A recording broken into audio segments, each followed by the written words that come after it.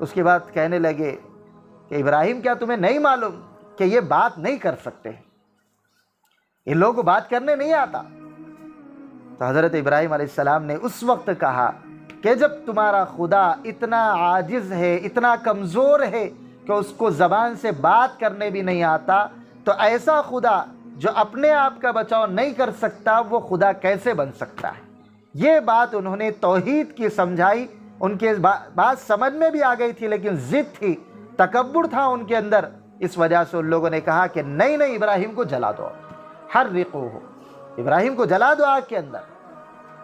اب کیا ہوا؟ ایک بڑے انگارے کے واسطے، آگ جلانے کے واسطے خندق کھودی گئی، خندق کھود کے اس کے اندر آگ جلائے، بہت بڑی آگ دہکائی گئی، اتنی بڑی آگ دہکائی گئی کہ کوئی قریب میں جا نہیں سکتا تھا، اتنی بڑی آگ تھی۔ اسی طرح سے حضرت ابراہیم کو پھینکا گیا اس کے اندر۔ اللہ تعالیٰ کا حکم جب تک نہ ہو کوئی چیز اثر نہیں دکھا سکتی۔ آگ کے اندر جلانے کی صلاحیت ہے لیکن اس وقت ہے جب کہ اللہ کا حکم ہو، چھری کے اندر کاٹنے کی صلاحیت اس وقت ہے جب کہ اللہ کا حکم ہو، جب تک اللہ کا حکم نہ ہو چھری کاٹ نہیں سکتی، جب تک اللہ کا حکم نہ ہو آگ جلا نہیں سکتی۔ حضرت ابراہیم علیہ السلام کو آگ میں ڈال دیا گیا لیکن اللہ کا حکم نہیں تھا جلانے کا، اس وجہ سے حضرت ابراہیم آگ میں تو چلے گئے لیکن اللہ نے حکم دیا یا نار کونی بردن وسلام علی ابراہیم، کہ آگ ابراہیم کے لیے ٹھنڈی اور سلامتی کا ذریعہ بن جا۔ تو نتیجہ یہ ہوا کہ آگ جس کے اندر جلانے کی صلاحیت تھی اب وہ ٹھنڈی حضرت ابراہیم کے واسطے گلزار اور باغ بن گئی۔ حضرت ابراہیم آرام کے ساتھ تھے، اس کو جلا نہیں سکی۔ یہ آزمائش حضرت ابراہیم کو بھی، تو یہ آزمائش سے نکلے، اس کے بعد میں پھر وطن کو چھوڑ کر کے چلے گئے، کسی اور علاقے میں چلے گئے۔ حضرت ابراہیم علیہ السلام کو اولاد نہیں تھی اور 90 سال کے ہو گئے، ابھی تک اولاد نہیں ہوئی۔ آدمی کو اپنی اولاد سے شادی ہونے کے بعد اولاد کی فکر ہوتی ہے، اولاد کی محبت ہوتی ہے، ہر آدمی یہ چاہتا ہے کہ میری بھی اولاد ہو۔ لیکن حضرت ابراہیم اور حضرت ہاجرہ، ان دونوں کو بڑھاپے کی عمر تک بھی کوئی اولاد نہیں ہوئی تھی۔ 90 سال کی عمر حضرت ابراہیم کی ہو گئی، اس کے باوجود بھی اولاد نہیں ہوئی تھی۔ لیکن ایک موقع پر فرشتے آئے، وہ فرشتے جا رہے تھے قوم لوط کے پاس ان کو عذاب دینے کے واسطے۔ راستے میں اللہ تعالیٰ کی طرف سے حکم تھا کہ حضرت ابراہیم کے پاس خوشخبری سناتے ہوئے چلے جاؤ۔ هل اتاک حدیث ضیف ابراہیم، قرآن کریم کے اندر وہ واقعہ ذکر کیا گیا ہے، سورہ زاریات کے اندر بھی ہے۔ فرشتے آئے، آ کر کے خوشخبری دی کہ مبارک ہو، آپ کو اولاد ملنے والی ہے۔ حضرت ابراہیم اور ان کی اہلیہ نے جب سنا، گھر والوں نے سنا تو بڑے تعجب کا اظہار کیا، ارے بڑھاپے کے زمانے میں آخر اولاد کیسے ہو سکتی ہے؟ تو لوگوں نے کہا کہ نہیں، اللہ کا یہی حکم ہے، اللہ کی طرف سے۔ بہرحال بڑھاپے میں اولاد ہوئی، حضرت اسماعیل علیہ السلام۔ حضرت اسماعیل علیہ السلام ہوئے تو دیکھو بڑھاپے میں جو اولاد ہوتی ہے وہ بہت محبوب ہوتی ہے، بہت پیاری ہوتی ہے، دل سے آدمی اس کو چاہتا ہے۔ بڑی تمناؤں کے بعد، بڑی آرزوؤں کے بعد میں جب اولاد ہوتی ہے تو آدمی اس کو دل سے چاہتا ہے اور اپنی ساری قربانیاں دینے کے واسطے تیار ہو جاتا ہے۔ حضرت ابراہیم علیہ السلام کو بھی بیٹا ہوا اسماعیل علیہ السلام، تو حضرت اسماعیل علیہ السلام سے خوب محبت تھی دونوں کو بھی۔ لیکن اب اللہ کی طرف سے حکم ملا کہ اپنے گھر والی کو اور اپنے بیٹے کو لے جاؤ، لے جا کے ایک ایسی جگہ پر چھوڑو کہ جہاں پر بالکل ریگستان ہے، جہاں پر خالی جو ہے پہاڑا ہے، وہاں پر ریتیلی زمین ہے، وہاں لے جا کے چھوڑ دو۔ اب وہ کون سی جگہ؟ آج جو کعبہ جہاں پر بنا ہوا ہے، بیت اللہ جس کو کہا جاتا ہے، کعبۃ اللہ، مکہ مکرمہ کے اندر، وہ جگہ پہ اس زمانے میں کچھ بھی نہیں تھا، پینے کے واسطے پانی نہیں، کھانے کے واسطے کوئی کھانے کی چیز نہیں، یہاں تک کہ سایہ حاصل کرنے، چھاؤں حاصل کرنے کے واسطے درختاں تک نہیں تھے، وہاں پر جھاڑا بھی نہیں تھے، ایسی زمین تھی۔ قرآن کریم کے اندر اس کا ذکر کیا گیا ہے، غیر ذی زرع، ایسی جگہ پہ چھوڑے جہاں پر کھیتی باڑی کی صلاحیت بھی نہیں ہے اس زمین کے اندر، ویسی جگہ پہ لے جا کے چھوڑنے کا حکم ہوا۔ حضرت ابراہیم علیہ السلام کا امتحان تھا، ان کی آزمائش تھی۔ حضرت ابراہیم علیہ السلام لے جا کر کے اپنے بیوی اور بچے کو چھوڑ دیا اور چھوڑ کر کے واپس آنے لگے۔ حضرت ہاجرہ نے اس وقت پوچھا کہ کہاں چھوڑ کر کے جا رہے ہو؟ اکیلے ہم لوگ ہیں یہاں پر، کوئی ہمارا پوچھنے والا نہیں۔ کوئی ہماری دیکھ ریکھ کرنے والا نہیں ہے، کوئی پرسان حال نہیں ہے، یہاں پر ہم کیسا رہیں گے؟ کھانے پینے کے واسطے کوئی نہیں ہے، کوئی چیز نہیں ہے، یہاں کوئی انسان بشر تک نہیں ہے، ہم لوگ کیسے رہیں گے؟ یہاں پر رہنے کے واسطے کوئی مکان تک نہیں ہے۔ تو حضرت ابراہیم خاموش چلے گئے، کوئی جواب نہیں دیا۔ دوبارہ پھر آواز دی حضرت ہاجرہ نے، حضرت ابراہیم سنے اور خاموش چلے گئے، کوئی جواب نہیں دیا۔ تیسری مرتبہ پھر حضرت ہاجرہ نے آواز لگائی اور پوچھا کہ کیا اللہ کا حکم ہے یہاں چھوڑنے کے لیے؟ حضرت ابراہیم نے اس وقت سر کے اشارے سے کہا کہ ہاں اللہ کا حکم ہے۔ حضرت ہاجرہ دیکھیے کیسی خاتون تھی، جب اللہ کا حکم ان کے سامنے آیا، حضرت ابراہیم نے کہا کہ اللہ کا حکم ہوا ہے اس لیے میں چھوڑ کے جا رہا ہوں، تو انہوں نے اپنی ساری خواہشات کو قربان کر دیا، اپنے سارے ارمانوں کو قربان کر دیا، اپنے سارے آرام اور راحت کو انہوں نے چھوڑ دیا، ایک اللہ کے حکم پر اپنے آپ کو اپنی ساری قربانیوں دینے کے واسطے، ساری مشقتوں کو برداشت کرنے کے واسطے تیار ہو گئی، اور کہنے لگی کہ اللہ کا اگر حکم ہے تو پھر میں یہاں رہنے کے واسطے تیار ہوں۔ شوہر چھوڑ کے جا رہی تو بھی تیار ہے، اللہ کا حکم ہے میں راضی ہوں۔ بیٹے کو، چھوٹا بچہ ہے اس کو چھوڑ کر کے جا رہے ہیں، اللہ کا حکم ہے میں اس کی دیکھ ریکھ کر لوں گی۔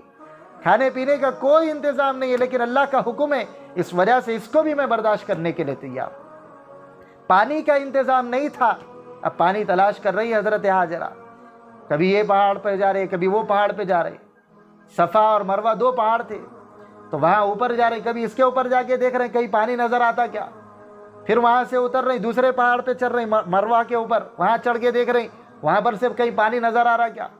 ایسا حضرت ہاجرہ چکرہ لگا رہی۔ یہ چکرہ لگانا اللہ کو اتنا پسند آیا کہ اللہ تعالیٰ نے قیامت تک کے سارے انسانوں کے لیے، جو بھی حج کرنے کے لیے وہاں پر جائے گا، جو بھی عمرہ کرنے کے لیے جائے گا، اس عمل کو لازم قرار دے دیا کہ جب تک کوئی حاجی یا عمرہ کرنے والا یہ دوڑ دھوپ نہ کر لے، صفا اور مروہ کے درمیان میں نہ دوڑے، اس وقت تک نہ اس کا عمرہ مکمل ہوگا نہ حج پورا ہوگا۔ اتنا عمل اللہ تعالیٰ کو پسند آیا۔ ایک عورت کا عمل تھا، اس کی قربانی والا عمل تھا، قربانی کی وجہ سے اللہ کو اتنا پسند آیا کہ اللہ نے قیامت تک کے لیے اس کو واجب کر دیا کہ ضروری ہے، دوڑ دھوپ کرنا ہر انسان کے لیے ضروری ہے۔ پھر اللہ تعالیٰ نے حضرت جبرائیل کے ذریعے سے وہاں پر زمزم کا ایک کنواں، ایک چشمہ جاری کیا۔ حضرت اسماعیل علیہ السلام کی پیاس کی وجہ سے اللہ تعالیٰ نے پانی کا انتظام کر دیا، جس کو ہم زمزم کہتے ہیں، وہ ایک کنواں وہاں پر بنا دیا گیا۔ تو وہ پانی بڑی برکت والا پانی ہے۔ حدیث میں بھی آتا ہے کہ زمزم کا پانی جس مقصد کے لیے پیا جائے گا اللہ تعالیٰ اس مقصد میں کامیاب فرمائیں گے۔ نیک ارادے کے ساتھ میں پیا جائے، ماء زمزم لما شرب لہ، کہ زمزم کا پانی جس نیک ارادے سے پیا جائے گا اللہ تعالیٰ اس ارادے کو پورا فرمائیں گے۔ تو اس لیے زمزم کا پانی بھی بڑی برکت والا پانی ہے۔ تو دیکھیے حضرت ابراہیم علیہ السلام کی قربانی کتنی بڑی قربانی تھی کہ اپنے گھر بار کو چھوڑ کر کے چلے گئے، اللہ کے حکم پر ایسی جگہ پر چھوڑا کہ جہاں پر کوئی انسان بشر تک نہیں تھا، ایسی جگہ پر حضرت ابراہیم نے اپنی بیوی اور بچے کو چھوڑ دیا۔ اس بچے کو چھوڑا جو بڑھاپے میں پیدا ہوا، جس سے بہت زیادہ محبت حضرت ابراہیم کو تھی، چھوڑ کے چلے گئے۔ اب پھر حضرت ابراہیم تھوڑے دنوں کے بعد میں پھر اللہ کا حکم ہوا کہ جاؤ جا کے وہاں پر ہمارا گھر بناؤ، جہاں پر چھوڑ کے آئے اپنی بیوی بچے کو وہاں جاؤ جا کے ہمارا گھر بناؤ، بیت اللہ بناؤ۔ آئے حضرت ابراہیم، وہاں پر جب کھدائی وغیرہ ہوئی تو پھر حضرت آدم علیہ السلام کے زمانے میں ہی چونکہ بیت اللہ بن چکا تھا، سب سے پہلے کعبہ حضرت آدم علیہ السلام بنائے تھے دنیا کے اندر۔ تو پھر جب کھدائی کرے، مٹی ہٹائے، تو پھر وہ بنیادیں نکلے اندر کے، بیت اللہ کی بنیادیں نکلی۔ تو وہ بنیادوں کے اوپر حضرت ابراہیم علیہ السلام اور حضرت اسماعیل یہ دونوں مل کے کعبہ بنائے، اللہ کا گھر وہ بنیادوں کے اوپر ہی کھڑا کرے۔ یعنی حضرت اسماعیل اتنے بڑے ہو چکے تھے کہ اب اپنے والد کا ساتھ دے سکتے تھے، ہاتھ بٹا سکتے تھے۔ اب جب بچہ بڑا ہو جاتا ہے تو والد کو بھی خوشی ہوتی، باپ کو بھی خوشی ہوتی کہ بھئی میرا ایک بازو آ گیا، میرا ہاتھ آ گیا، میرا رائٹ ہینڈ آ گیا، ہر کام میں میری مدد کرنے والا آ گیا، اس سے آدمی بڑا خوش ہوتا ہے۔ لیکن جب حضرت اسماعیل علیہ السلام کچھ بڑے ہو گئے تو پھر اللہ کی طرف سے ایک اور آزمائش آئی، ایک اور امتحان آیا۔ کیا امتحان تھا وہ؟ حضرت ابراہیم علیہ السلام خواب میں دیکھ رہے ہیں کہ اپنے بیٹے کو ذبح کر رہے ہیں، چھری چلا رہے ہیں حضرت اسماعیل کے گلے پہ۔ حضرت ابراہیم علیہ السلام یہ اللہ کے نبی ہیں، اور نبی جو خواب دیکھتے ہیں وہ سچا خواب ہوتا ہے، یعنی اللہ تعالیٰ کی طرف سے خواب دکھا کر کے بھی کوئی حکم دیا جاتا ہے کہ آپ یہ کام کرو، اللہ کی طرف سے حکم ہوتا ہے۔ تو حضرت ابراہیم علیہ السلام کو بھی اللہ کی طرف سے حکم ملا اپنے بیٹے کو ذبح کرنا ہے۔ ایک مرتبہ خواب دیکھے، پھر اگلے دن پھر وہی خواب نظر آیا، پھر دیکھے، پھر تیسری مرتبہ وہی خواب نظر آیا۔ جب 3 مرتبہ وہی خواب دکھا تو اب حضرت ابراہیم سمجھ گئے کہ یہ اللہ کی طرف سے حکم ہے کہ میں اپنے بیٹے کو ذبح کروں، میں اپنے بیٹے کے گلے کے اوپر چھری چلاؤں، یہ اللہ کا حکم ہے۔ حضرت ابراہیم علیہ السلام آئے اور آ کر کے اپنے بیٹے سے انہوں نے کہا رأیت فی المنام انی اذبحک فانظر ماذا تری۔ حضرت اسماعیل علیہ السلام سے کہا کہ بیٹے میں نے خواب میں دیکھا ہے کہ میں تمہارے کو ذبح کر رہا ہوں، تمہارے گلے پہ چھری چلا رہا ہوں، کیا رائے ہے تمہاری، کیا کرنا، ذبح کرنا نہیں کرنا، تمہارے کو کیا مشورہ ہے تمہارا، کیا بولتے تم؟ حضرت اسماعیل وہ بھی پیغمبر کے بیٹے، انہوں بھی کوئی معمولی آدمی نہیں تھے، انہوں بھی پیغمبر کے بیٹے، انہوں بھی پیغمبر بننے والے تھے آئندہ چل کے۔ انہوں بولے کہ ابا جو حکم ملا آپ کریے، میں جو ہے کوئی پریشان ہونے والا نہیں ہوں، آپ کو اللہ کا جو حکم ملا ہے آپ کر گزریے، میں اللہ کے حکم پر راضی ہوں، آپ میرے کو صبر کرنے والا پائیں گے، میں صبر کروں گا، آپ کر گزریے، ففعل ما تؤمر۔ حضرت اسماعیل علیہ السلام کا یہ جواب تھا، ایک طرف اللہ کا حکم ہے، دوسری طرف اولاد کی محبت ہے۔ حضرت ابراہیم علیہ السلام نے اپنی اولاد کی محبت کو قربان کر دیا اور اللہ کے حکم پر عمل کیا۔ حضرت حاجرہ رضی اللہ عنہ ایک خاتون ہے، عورت کا دل تو اپنی اولاد کے واسطے ہمیشہ نرم ہوتا ہے، دل کے اندر محبت بسی ہوئی ہوتی ہے، لیکن جب اللہ کا حکم آ گیا تو حضرت حاجرہ نے یہ نہیں کہا کہ میرے بیٹے کو کہاں لے جا رہے ہیں، کیا کر رہے ہیں، میرے بیٹے کو لے جا کے ذبح کرتے، کہ اللہ کا حکم ہے ہوں گا لیکن بیٹے کو ذبح نہیں کرنا، ایسا نہیں بولے۔ انہوں بولے کہ ٹھیک ہے اللہ کا حکم ہے، میں بھی تیار ہوں، باپ بھی راضی، بیٹا بھی راضی، بیوی بھی راضی، سب راضی ہے، سب تیار ہے، کس کے واسطے، اللہ کے حکم پر عمل کرنے کے واسطے، یہ سب لوگ راضی، پورے گھر والے راضی۔ آج ہمارا گھرانہ بھی ایسا ہونا، دین کے کاموں میں سب تیار ہونا، گھر کا بڑا بھی دین پر عمل کرنا، گھر کا مرد بھی دین پر عمل کرنا، گھر کی عورت بھی دین پر عمل کرنا، گھر کا بوڑھا بھی عمل کرنا، گھر کا بچہ بھی دین پر عمل کرنا، ایسا جذبہ آج ہمارے اندر پیدا کرنے کی ضرورت ہے۔ یہ جذبات ہونے چاہیے کہ شریعت ہمارے پاس آ جائے تو شریعت کے مقابلے میں ہم کسی چیز کو ترجیح نہیں دے سکتے۔ شریعت ہمارے لیے سب کچھ ہے، شریعت ہمارے لیے اپنے سر کا تاج ہے، شریعت ہمارے آنکھوں کا نور ہے، ہمارے دل کا سرور ہے، اللہ کا حکم، نبی کا طریقہ ہمارے لیے سب کچھ ہے۔ ہماری زندگی، ہماری جان، ہمارے مال، ہمارے آل و اولاد کے مقابلے شریعت کا حکم آ جائے تو ہم سب چیزوں کو قربان کر دیں گے، لیکن شریعت کے حکم کو پیچھے نہیں ڈال سکتے۔ یہ جذبہ آج ہمارے ہر مرد و عورت کے اندر ہونے کی ضرورت ہے۔ میری مائیں اور بہنیں حضرت حاجرہ کے اس عمل سے، ان کی قربانیوں سے سبق حاصل کریں کہ کیسی قربانی انہوں نے دی ہے۔ حضرت ابراہیم علیہ السلام بیٹے کو ذبح کرنے کے لیے لے جا رہے ہیں، لیکن حضرت حاجرہ کی طرف سے کوئی منع نہیں کیا جا رہا، کوئی شکایت نہیں ہو رہی ہے کہ کیسا لے کے جاتے میرے بیٹے کو، کیا کرتے میرے بیٹے کو لے جا کے ذبح کرتے، کیا، کوئی شکایت نہیں۔ حضرت ابراہیم لے کے چلے گئے، جا رہے ہیں، راستے میں شیطان کی طرف سے بہکاوے آ رہے ہیں، شیطان بھٹکا رہا راستے میں، آ کے مینا کے میدان کو لے جا رہے ہیں، راستے میں شیطان آیا، حضرت ابراہیم نے کنکر ماری اس کو، پتھر مارے اس کو، چلا گیا۔ تھوڑی دور گئے، پھر جانے کے بعد پھر شیطان آیا، آ کے پھر بہکانا شروع کرا، حضرت ابراہیم نے پھر اس کو کنکر مارے، پھر چلا گیا وہ۔ تیسری مرتبہ پھر آیا، پھر حضرت ابراہیم نے کنکر مارے، اس طرح سے 3 مرتبہ حضرت ابراہیم نے کنکر مارے۔ یہ عمل بھی اللہ کو بہت پسند آیا۔ جتنے حاجی جاتے ہیں حج کرنے کے لیے، سارے جا کر کے کنکر مار کے آتے ہیں، وہی عمل ہے جو حضرت ابراہیم علیہ السلام نے شروع کیا۔ شیطانوں کو جو پتھرہ مارتے، کنکریاں مارتے، حضرت ابراہیم علیہ السلام کے زمانے سے چلتے آ رہا۔ اب لے کے گئے، لٹائے حضرت اسماعیل کو ذبح کرنے کے واسطے، چھری چلا رہی، چھری نہیں چل رہی، کیوں نہیں چل رہی؟ اللہ کا حکم نہیں ہوا ابھی۔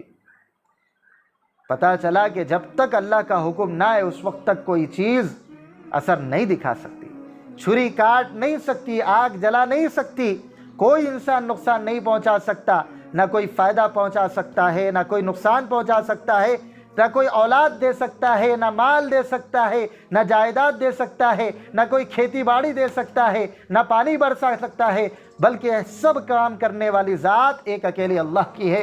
جب تک اللہ کا حکم نہ ہو نہ تو بادل پانی برسا سکتا ہے، نہ زمین غلہ اگا سکتی ہے، نہ کوئی کسی آدمی کو اولاد ہو سکتی ہے، نہ کوئی چھری کاٹ سکتی ہے، نہ کوئی آگ جلا سکتی ہے۔ سب چیزیں اللہ کی محتاج ہے۔ اللہ کا حکم آئے گا تب یہ چیزیں عمل کریں، کام کریں۔ حضرت اسماعیل کی گردن پہ چھری چلا رہے لیکن چھری نہیں چل رہی، کیوں؟ اللہ کا حکم نہیں تھا۔ اللہ تعالیٰ نے حضرت اسماعیل کی جگہ پہ جنت سے ایک دمبا بھیجا، ایک بکرا بھیجا، اور بھیج کر کے حضرت اسماعیل کی جگہ پہ رکھ دیا، اور وہاں پر چھری چل گئی اس بکرے کے اوپر۔ اللہ تعالیٰ نے فرمایا کہ ابراہیم تم امتحان میں کامیاب ہو گئے، ہم نے جو تمہارا امتحان لیا، ٹیسٹ لیا، تم اپنے امتحان میں کامیاب ہو، پاس ہو گئے تم۔ یہ جنت سے ایک تمہارے واسطے ایک فدیہ لایا گیا ہے، اسماعیل کے بدلے میں ایک جانور ہم نے بھیج دیا ہے، یہ جو ہے اسماعیل کے بدلے میں ہماری طرف سے ہے۔ اس واقعے سے ہمیں کیا سبق ملتا ہے؟ وہ سبق ہمیں سیکھنا ہے، سمجھنا ہے، اپنی زندگیوں میں اس پر عمل کرنا ہے۔ پہلا سبق جو ہمیں ملتا ہے وہ یہ ہے کہ اللہ کا حکم جب آ جائے تو پھر ہمیں چاہے ہمارا دل مانے یا نہ مانے، چاہے ہماری خواہش ہو یا نہ ہو، چاہے ہمارا ذہن اس کو قبول کرے یا نہ کرے، ہر حال میں اللہ کے حکم پر عمل کرنا ہے۔ اللہ کے حکم کے آگے اپنا سر جھکا دینا ہے، اللہ کے حکم کے آگے اپنا ماتھا ٹیک دینا ہے، اللہ کے حکم کے آگے اپنی جان کو، اپنے مال کو، اپنے آل و اولاد کو قربان کر دینا ہے۔ یہ جذبہ سب سے پہلے اپنے اندر پیدا کرنا ہے۔ اس واقعے سے حاصل ہونے والا پہلا سبق یہ ہے کہ اللہ کے حکم پر ہر حال میں عمل کرنا ہے۔ دوسرا سبق جو ہمیں ملتا ہے وہ یہ ہے کہ حضرت حاجرہ رضی اللہ عنہا نے اللہ تعالیٰ کے حکم پر اپنے شوہر کی بات کو مانا ہے۔ عورتوں کے واسطے پیغام ہے اس واقعے کے اندر کہ شوہر کی طرف سے جو حکم ملے اس پر عمل کرنا لازم اور ضروری ہے۔ اگر شوہر دین کا کام کرنے کا حکم دے فوراً عمل کرنا ہے۔ شوہر کہے کہ نماز پڑھو، نماز پڑھنا ہے۔ شوہر کہے کہ پردہ کرو، اوڑھنی اوڑھو، اوڑھنی اوڑھنا ہے۔ شوہر کہے کہ کہیں باہر جاؤ برقع پہن کر کے جاؤ تو برقع پہن کے جانا ضروری ہے۔ اگر شوہر نے کہہ دیا کہ دین کے اجتماع میں شریک ہونا ہے تو شوہر کی بات مانتے ہوئے دینی اجتماعات میں شریک ہونا ہے۔ شوہر نے کہہ دیا کہ روزہ رکھنا ہے تو شوہر کی بات کو مانتے ہوئے روزہ رکھنا ہے۔ یہ شوہر کی اطاعت بھی ہے، اللہ کے حکم کو بھی ماننا ہے، دونوں باتیں اس کے اندر آئے گی، ڈبل ثواب اس پر ملے گا۔ شوہر کی بات کو بھی ماننا ہے۔ آج ہمارے معاشرے کا، ہمارے گھروں کا جائزہ ہم لے کر کے دیکھیں تو پتہ چلے گا کہ کیسی نافرمانیاں ہمارے گھروں کے اندر پائی جا رہی ہیں۔ بیوی شوہر کی بات ماننے کے واسطے تیار نہیں ہے، اولاد ابا کی بات ماننے کے واسطے تیار نہیں ہے، بیٹی ماں کی بات سننے کے واسطے تیار نہیں ہے۔ کوئی کام بولو تو زبان اٹھا رہی، تارخ کو لگا دے رہی، بات ماننے کا جذبہ نہیں ہے، جواب دینے کا جذبہ پیدا ہو چکا ہے۔ نافرمانیوں کا جذبہ آج ہمارے گھروں کے اندر پیدا ہو چکا ہے۔ شوہر کی اطاعت کا مادہ ختم ہو چکا ہے۔ شوہر کو پہلے کے لوگ بولتے تھے شوہر سر کا تاج ہوتا ہے، سر تاج ہوتا ہے۔ سر کا جو تاج ہوتا ہے اس کو سر پر رکھا جاتا ہے، اس کا اتنا احترام کیا جاتا ہے۔ تو جیسے تاج کا احترام کرتے ہوئے اس کو سر پہ رکھتے ہیں، شوہر کا ادب اور احترام بھی اتنا کرنا ہے کہ گویا آپ اٹھا کے اس کو اپنے سر پہ رکھ لیں۔ اتنا ادب ہونا ضروری ہے، شوہر کی اطاعت اتنی ہونی چاہیے۔ تو دین کے کاموں میں شریعت کے حدود میں رہتے ہوئے شوہر جس بات کا بھی حکم دے اس کو ماننا ضروری ہے، ماننا چاہیے۔ خدمت کرنا شوہر کا، عورت اپنے لیے سعادت سمجھے، اپنے لیے خوش نصیبی سمجھے کہ میں شوہر کی خدمت کر رہی ہوں۔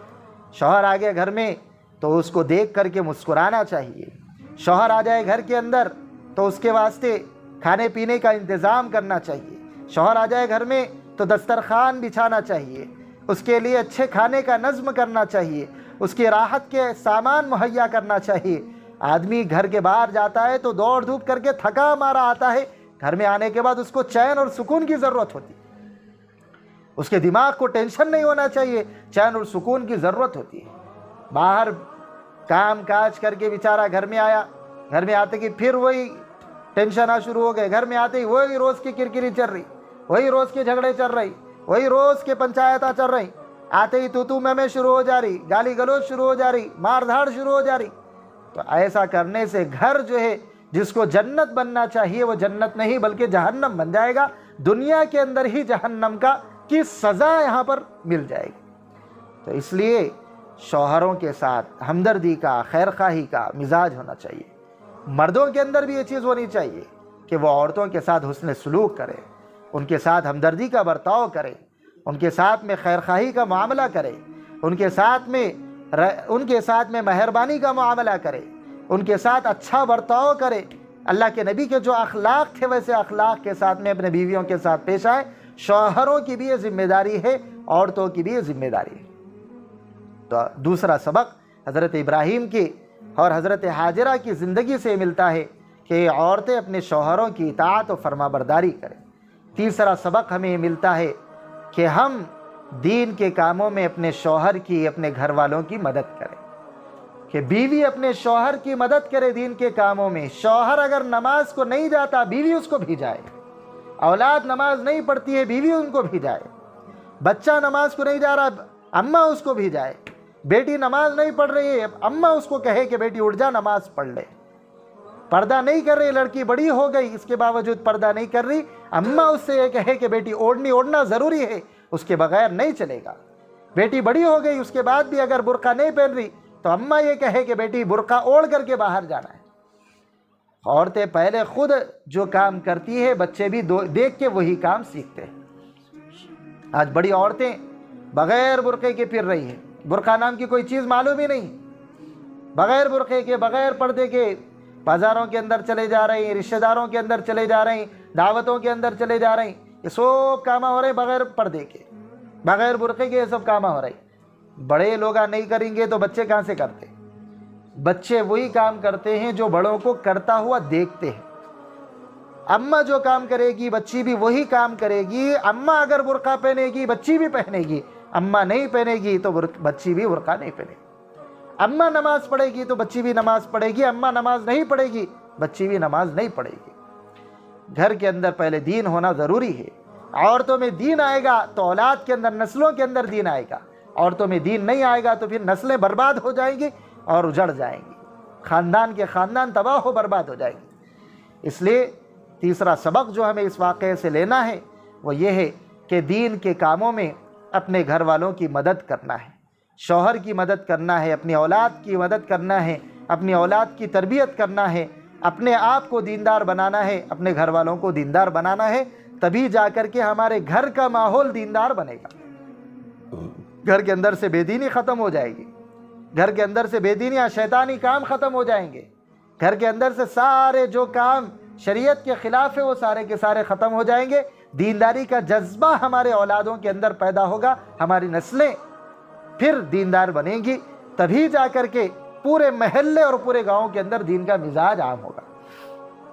یہ سبق بھی ہمیں حاصل کرنے کی ضرورت ہے اس واقعے سے۔ تو یہ حضرت ابراہیم، حضرت حاجرہ اور حضرت اسماعیل علیہ السلام کی قربانیوں کو یاد دلانے کے واسطے یہ عید کے دن قربانی والا عمل ہے۔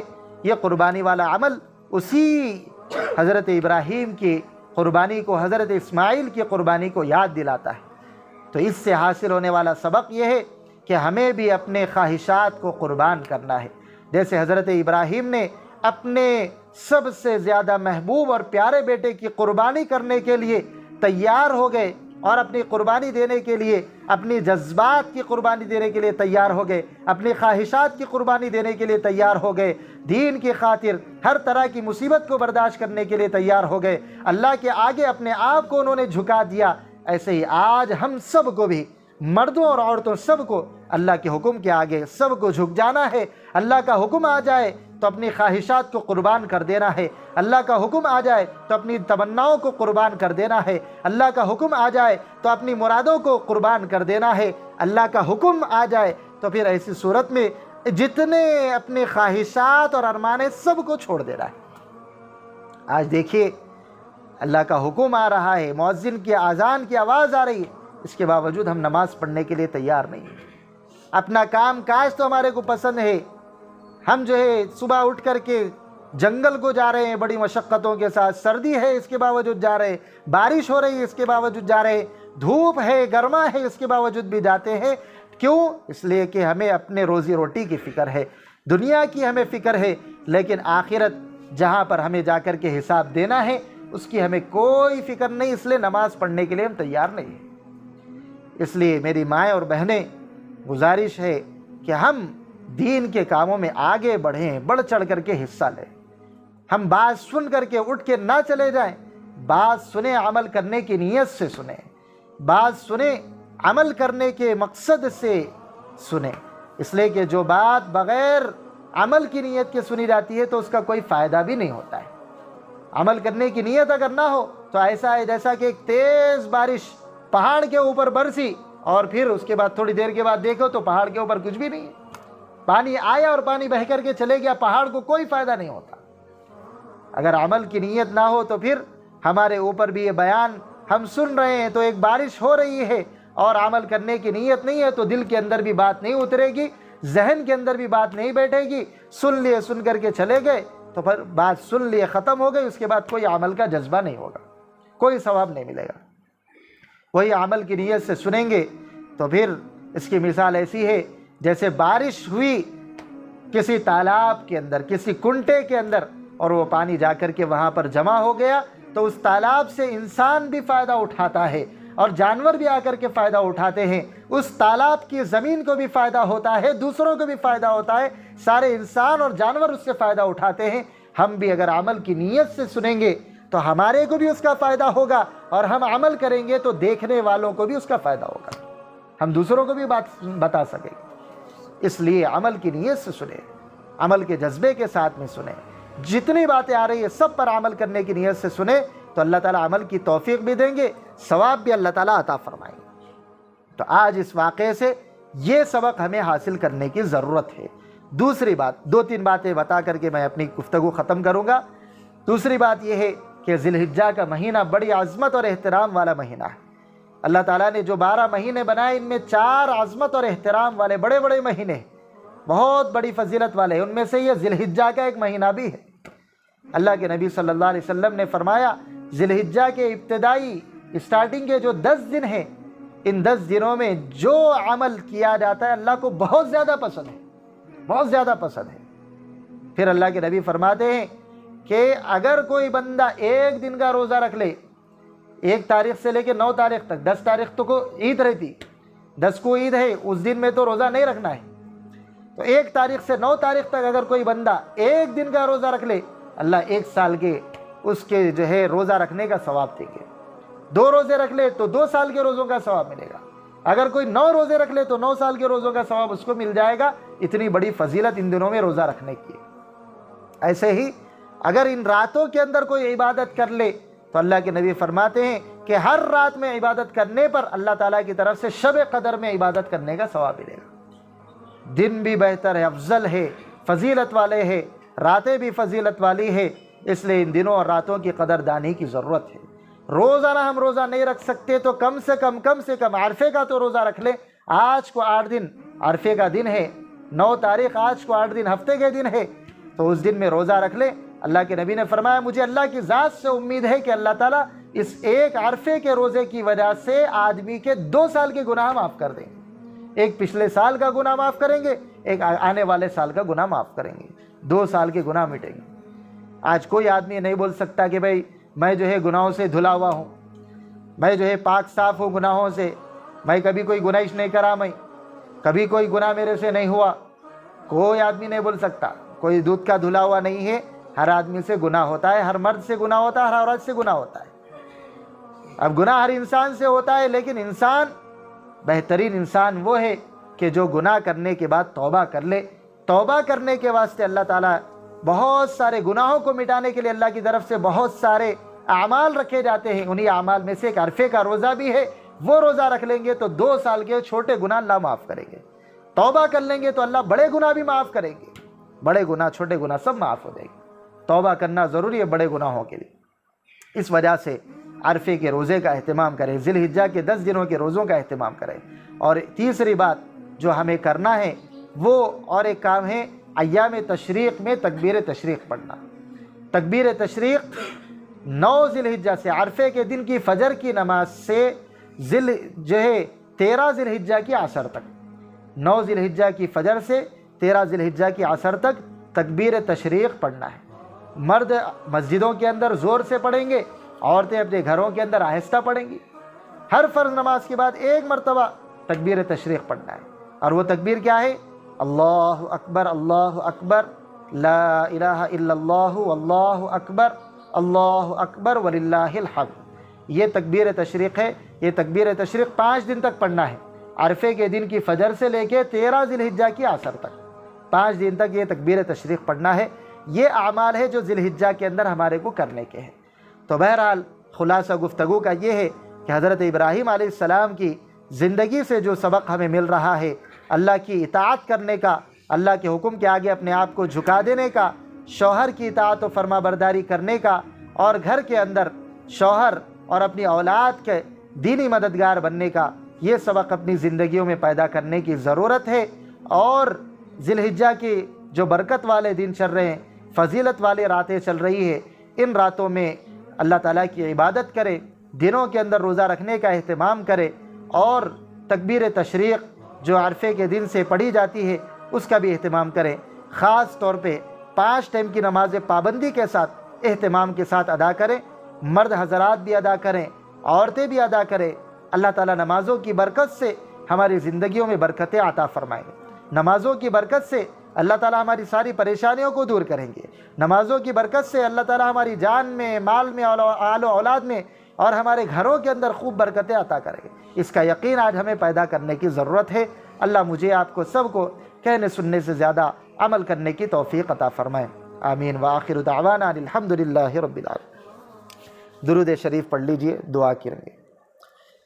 الحمدللہ رب العالمین، اللہم صلی علی سیدنا و مولانا محمد وعلی آل سیدنا و مولانا محمد وبارک وسلم۔ ربنا آتنا فی الدنیا حسنۃ وفی الآخرۃ حسنۃ وقنا عذاب